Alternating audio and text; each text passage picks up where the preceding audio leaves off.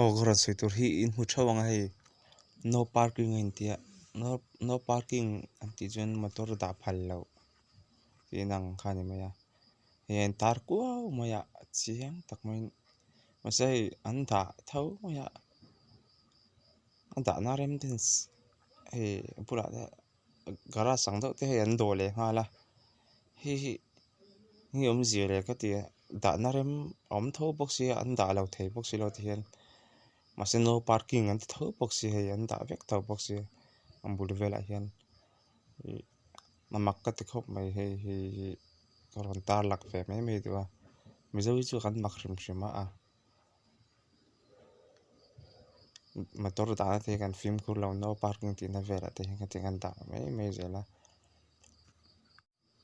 da na mun dik tak kan nei lo chuan bo ti vel te atama ai petrol lo ruchuak ti vel te tam ruchuak vel te tam te a i mizo chu kan mak hrim hrim a chawlbuk vel te om se hei thutna rem te om se anghen chan te kha an siam ta anghen chan a khan a thuna khan thu lovin anghen chan a khan kan thua kan thuna tur zawk kha kan rap te a amoi lo khop mai ting te hi hei chu traffic to nga ke ni pon ma chung kan ching ve thin ta ma se tu nuai chun hei a that lo zia ka ria moi lo zia nghen chan an siam a khan kan thua thuna tur zawk kha kan rap te a om zium lo reng reng ani nam chang gang tak tak sap hote ron kal ta se makan ti don khop mai ting kan thut tan vel mo chal buk vela kan thut tan vel te hi makan ting wa dang karin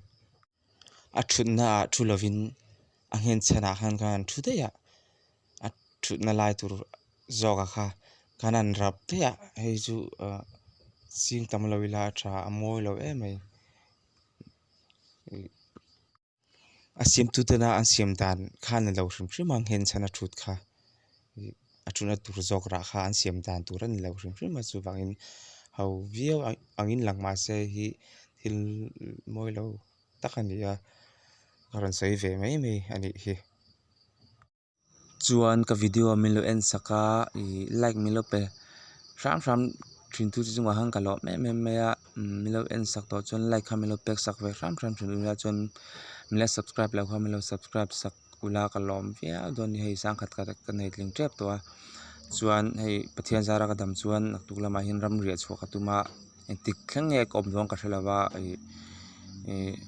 a mun tu ri kala soi ri lo nga duna chuan video hmunom tak tak ron ti chhuwa atum dona lo chang char zarang che zana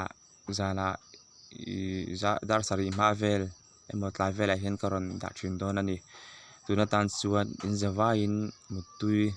mang tha vek ule